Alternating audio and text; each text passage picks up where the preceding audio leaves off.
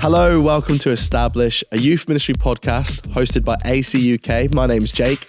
And my name is Emmy. Today we are bringing you episode 5, How Do I Get Into Schools? We really hope you enjoy it.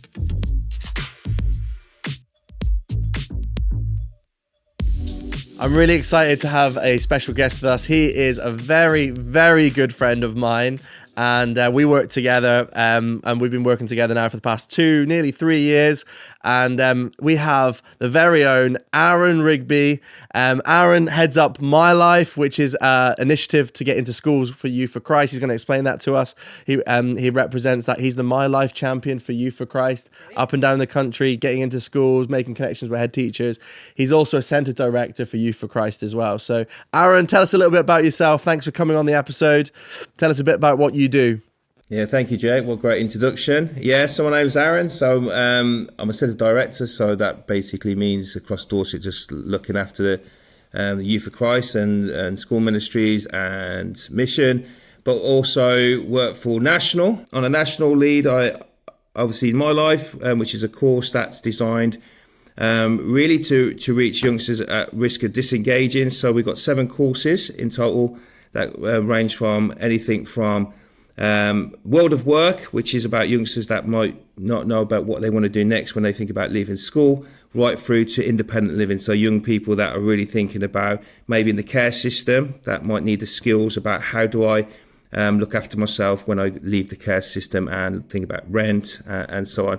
So it's a great course. It's an incredible tool to do mission and to also help on the social action level. That's great. So good. Aaron, I'm just going to fire a question at you straight away. And obviously we're thinking about establishing youth ministry. What does it look like to kickstart something from nothing? If you're looking to start something, why should schools feature as part of your mission? Why should schools be on your thinking? Why should you have a heart to get into schools? Should you have a heart to get into schools? Why is it important to be connected into the local schools? Yeah, it's a good question. Over 8 years ago, Dorset Youth for Christ had that heart really. It's about reaching, going into schools and thinking about how do we start a mission or missionary field in the area that we're working with in Dorset. Definitely schools, I would say, can be the hub of the community. So if you want to have access to young people, where schools is certainly a place they're gonna be. And it depends on the kind of the context that you're working in. So across Dorset, we work in sort of rural and sort of sub-rural areas and sort of urban as well. So what we would find is that in a place like in Bridport where we work, definitely we would find that we've got communities, youngsters stretching over about 20 to 30 mile radius. So if you want to get young people in one place, schools can be the tool for that. And obviously you've got to be really intentional about it as well. So what we find with schools have got a real passion to let people come in and communicate, either that be the gospel message or involved in things like just pastoral support. So definitely, I would say it's a definitional field, and I would encourage anybody who's thinking about, okay, what does that look like? How do I get into schools? I'd really encourage you really just to go and talk to the school and really just find out what the needs are of that community. Because I think every school is very different and every community is very different. So when I look at what it looks like from us working in Poole, which is in a real sort of urban area, right through to the rural areas, the needs of the community are very different. So just sort of going in and say, hey, give me access to your school because I want to talk about Jesus, I don't think will get you too far. But if you sort of went in and actually said, hey, what's the need of your community? This is our heart to help young people. I think that's certainly a different approach and certainly could open doors for you to get into that school. It's really, really helpful. I'm going to ask another question because off the back of what you said, I think it's really helpful to think about the landscape that we find ourselves in the community context. And I know that I've spoken to you about this many times before, Aaron. You talk about there being urban, rural and coastal kind of areas to be thinking and considering about. Can you tell us what are the opportunities that each one of those things present. So if you've got someone listening to this and they're like, I'm in a seaside town, there's we get influxes of people in the holiday periods, but it's really quiet over the term time. Can you break down those places for us and what the opportunities and where the kind of the opportunities lie, so that if someone is maybe in a context, they go, actually, I didn't think about that could be a win for me. Does that make sense? Yeah, absolutely. Yeah, and I do believe there's like 3 different kind of communities that you could be working in, and I think with Dorset we're quite I guess unique in the sense that we do cover those 3 communities. I would certainly say on a like just listening to what you're just saying, Jake, about the coastal areas, and we see that firsthand in Dorset, where you've got a community that is really vibrant in the summer, lots of money, lots of sort of job opportunities during a certain season of the year. But what we might find then is actually as the season sort of breaks out and it gets back to normal term time, that we see the communities certainly shrink. So that can have a massive effect on the communities. So what we found working in these rural, well, I guess these coastal areas, is that finance is a problem, and we see like the influx of having to do things like food banks and seeing the real need. So if you're kind of thinking to yourself, how can I, working in a coastal community myself, and you will know some of those challenges, but it's thinking, how can we get into school and support families firstly, but also thinking about how can we be more practical as well in things like, could we offer a food bank to the school? Can we offer support towards families, and what does that look like? So we talk about school of being like a hub of the community, but what we also find is that a lot of other ministries can breed out of that. So yes, we can start with the young people and meeting the needs of young people, but then we get to understand the families and the families that we're working with and their own needs as well. And I do find that definitely in the coastal routes, it's so varied as well. So like you say, you will see a massive influx of people and really busy, and youngsters sort of looking forward to those times as well. So it's trying to give young people something to look forward to outside of season as well. So if you can put on activities outside of the season, that can be really helpful, because they will have lots of entertainment and lots of opportunities during the summer seasons. Outside of seasons, I think it's a great opportunity for local church maybe to think, how can we reach those youngsters that there might not be any activities within the school setting, but also external as well. So that's why I think youth centres are really good, a way of sort of keeping youngsters engaged on the local level. Rural can be very different, and one of the challenges we find rurally is that youngsters are carted into schools. So we will find that they'll be on a bus and they might be on a 20 to 30 minute travel into school, and that in itself provides its own problems, because they live in rural villages and the only access to their friends will be during the school time. And if you try and do an after school club, that's not possible, because they can't get home unless they got on a school bus. So that in itself is problematic. So definitely trying to do stuff in lunch times is really key. So like even here in Dorset, we're doing things like Youth Alpha, we're doing lunchtime clubs, really to accommodate those young people that might not ever get the access to anything like that. If you try and say, hey, then the local town, like we're going to be doing a Youth Alpha, they just haven't got the means to actually get to it. And then it starts talking, and then as a church or as a mission field, you start thinking, so how do we overcome that? And it's something that we've thought about here at Dorset, about doing sort of what we would call sort of outreach.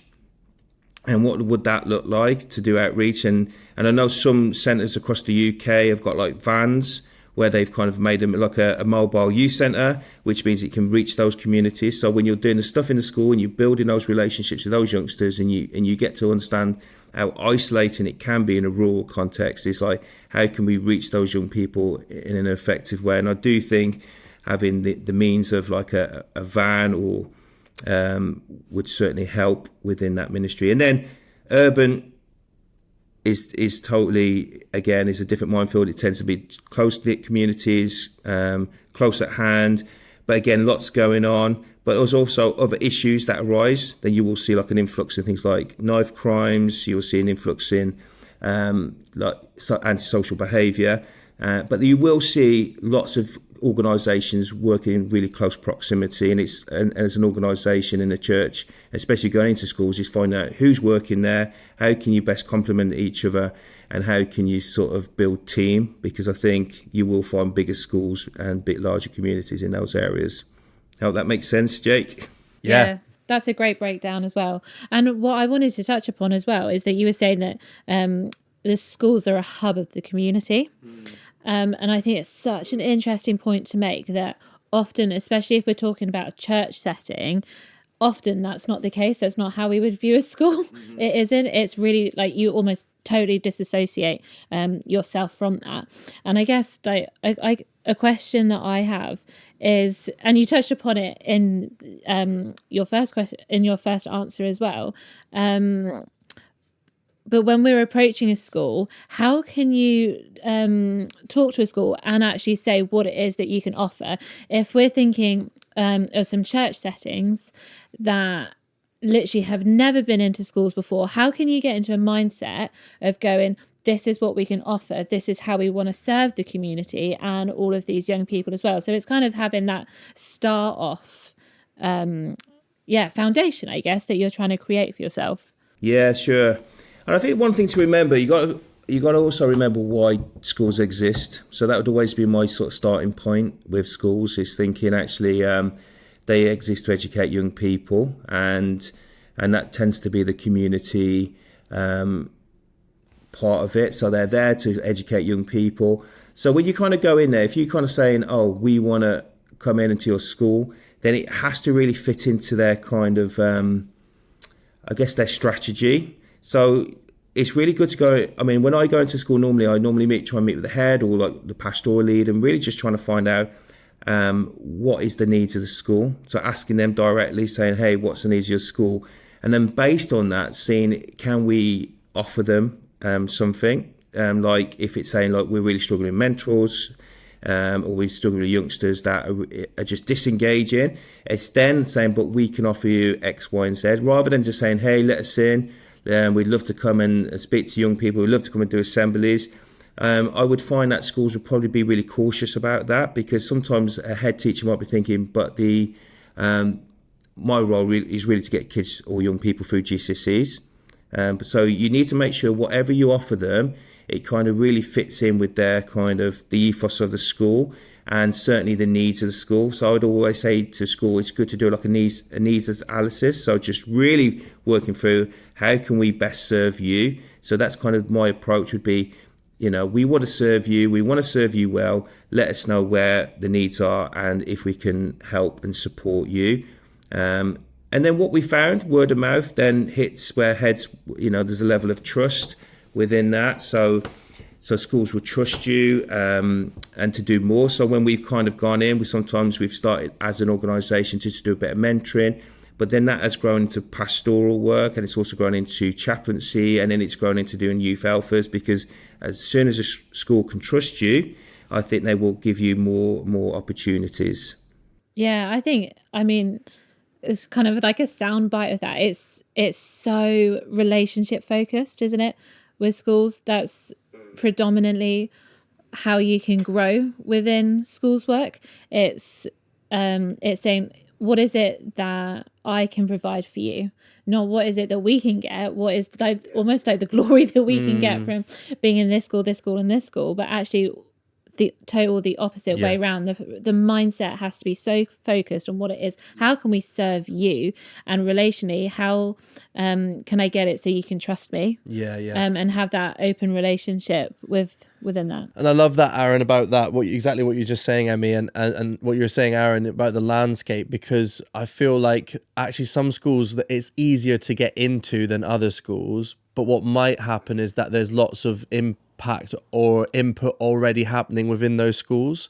And I think when we're thinking about and considering the landscape of going, well, actually, where is the opportunity? It might be in the school that doesn't have anyone going into it. That's maybe like another couple streets away.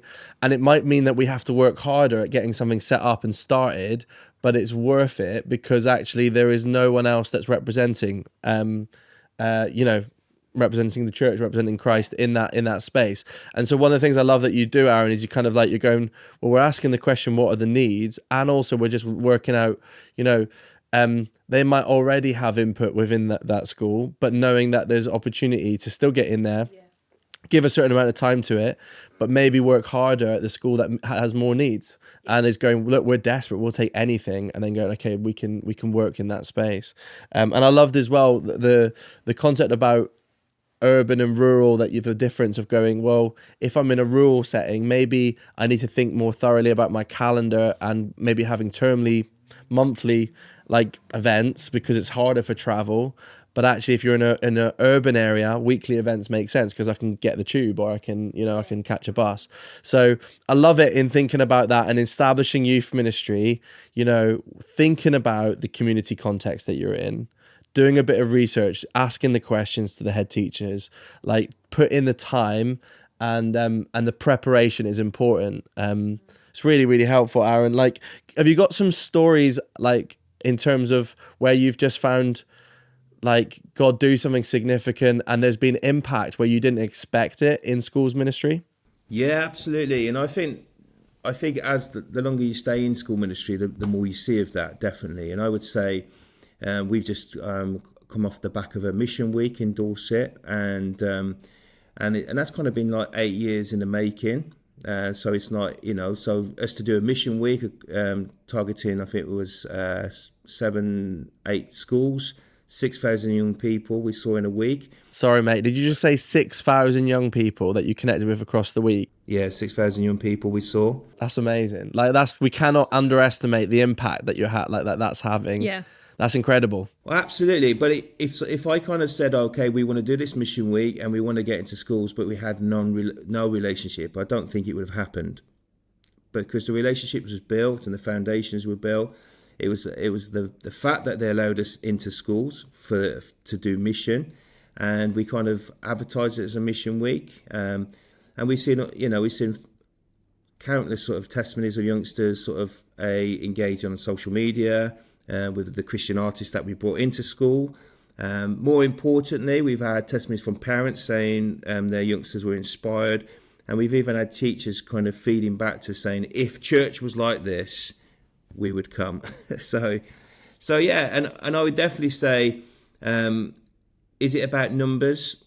Not always, because it's all we're more relational. So 6,000 is great, but actually, even if you were to do it just for the one young person, I think it's worth doing. If you can reach one young person with the good news of Jesus, I definitely think that's what it's really all about.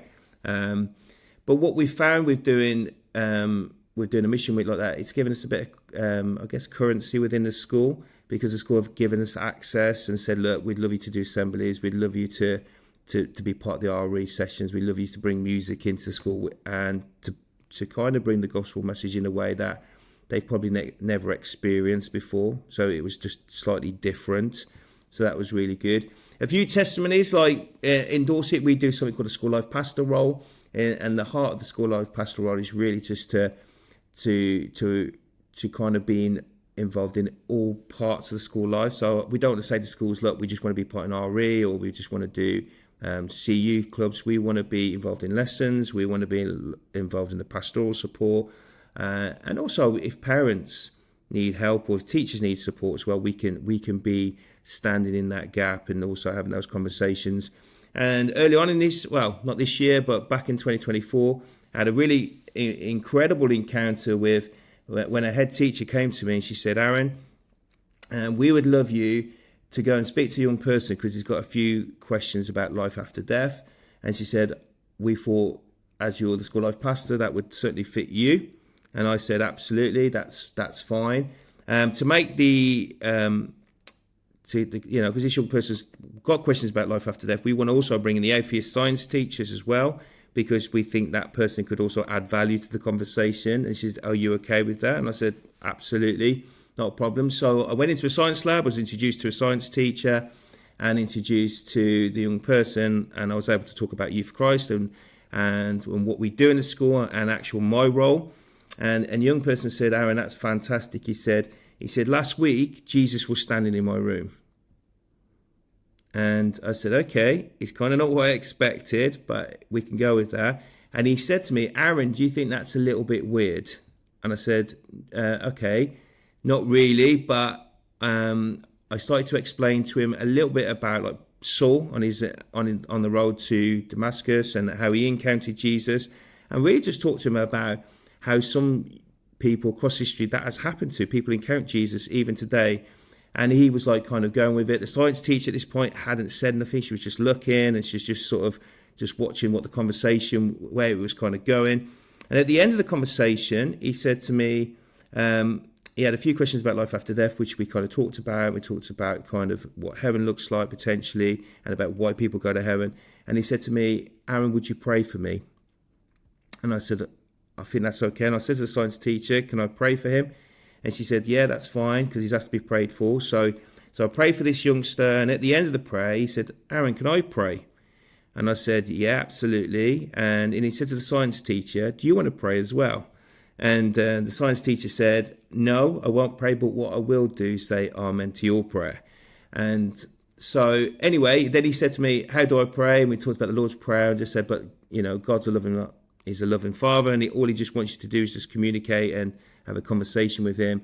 And then we went in, and then so he starts to pray, and as he starts to pray, the science teacher is starting to cry. And I was thinking to myself, oh gosh, am I going to get kicked out of school? What's really going on here? And at the end of the prayer, he said, Aaron, can you get me a Bible? And I said, absolutely. And the science teacher said, Aaron, can you get me a Bible as well? Because I need to find out more about this Jesus. And so I went to the head teacher just to kind of tell her what happened with the encounter. And she said, Aaron, can you get us a box of Bibles? So we were able to give them 15 Bibles so they can spread around the school. And for me, really, when you talk about testimonies, we talk about the mission week, we talk about that encounter. We feel that, God is really on the move, and we're encountering these opportunities within school ministry. So I think if anybody's thinking about, okay, I want to do school ministry, the fruits of it can be profound. And it's about being in that place. And I think to myself, if I wasn't in that place on that day, what information would that young person would have got? He might have said, oh, you might need to see CAMS, or, you're just making that up. But we were able to have that real conversation. Amazing. So good. So good. Really helpful. That Really story powerful. is like crazy, isn't it? Isn't it? I think it's the kind of thing that everyone dreams of, isn't it? But you don't feel like that you could see that. And I wonder whether sometimes that's a stumbling block, that we almost put the stumbling block in our way before, because we haven't essentially got the faith to go. And Jesus, like, I'm trusting in you that this is where we can get. Yeah. So absolutely. hearing the testimony is so powerful. Yeah. Aaron, I'm going to ask you one more question that you weren't expecting, but for those that are listening to this podcast today, wherever they find themselves, maybe in their car, they're on their commute, or they're on the train somewhere, give me like one really like practical piece of advice that they can do next. If they're like, I just want to get into the school, I want to do something, I want to support my local school. What can they do next from this conversation? Yeah, it's a really good question. And I think definitely, if someone said to me, is a school you want to go into, it's trying to create those real conversations, maybe trying to find out who's going into school already. If there's nobody going into school, it's thinking, how do we have a Christian presence within the school? Try and find out if there's any Christian teachers in the school as well, because they have a lot of influence as well. But also, like I say, it's just trying to find out the needs and just thinking, how can we, as Christians, we're called to, yes, to tell the good news, but also we're called to kind of walk alongside people that are in need. So if we can go in and we can sort of support, even if it's just saying to the schools, look, can we serve at lunchtime and just be a present, a kind of trusted adult? Can we help children read? So it's just initially just trying to get in and try and find that little bit of, I don't know how you describe it, but it'd be that kind of that pathway in, that sort of open door. And from that, who knows what can happen. So I do believe that just building those relationships can open up the opportunity to do so much within that school. So good. Aaron, thank you so much for being with us, and just being able to have your insight into this and the practical steps that you've provided people as well has really been just invaluable. Yeah. It's been brilliant. Thank you. Yeah, it's incredible. And the fact, I mean, I know you're saying it's not about numbers, but the fact that you've impacted 6,000 young people just like a week ago, that just shows you the level of engagement that can be had within schools. We're not talking about ones and twos, and I know it's still important to have those conversations, but that's where they are. That's where, and I think in the Gospels, Jesus went to where the crowds were. He went to where the people was. He went to the ones and twos, but he didn't neglect where people were. He met them where they were at. Yeah, absolutely. And so it's beautiful that he went to the people in the places that maybe people didn't expect him to go. Yeah. And I think as the church, we kind of need to step up our game when it comes to getting into schools. Yeah, step up our game and also be prepared to step out as well. Yeah. And be bold in that, because it can be a really vulnerable place to be in. Yeah. I feel like the church maybe has got a bit comfortable over the past decade, and I think, like you're saying, Aaron, there's opportunity. We're in a season now where it's like there's opportunity to make a significant impact and difference in the community hub, like you said. I'm going to steal that from you. Yeah, it's a community hub, and that we need to be in that space. Aaron, thank you so much for joining us. Just everything that he said has been so invaluable. I love the testimonies that he shared as well, and I really hope that you have enjoyed it and feel really challenged into what your next step could be in how to approach schools. We really hope that you have enjoyed this episode of the Established podcast, and we have got so much more coming your way.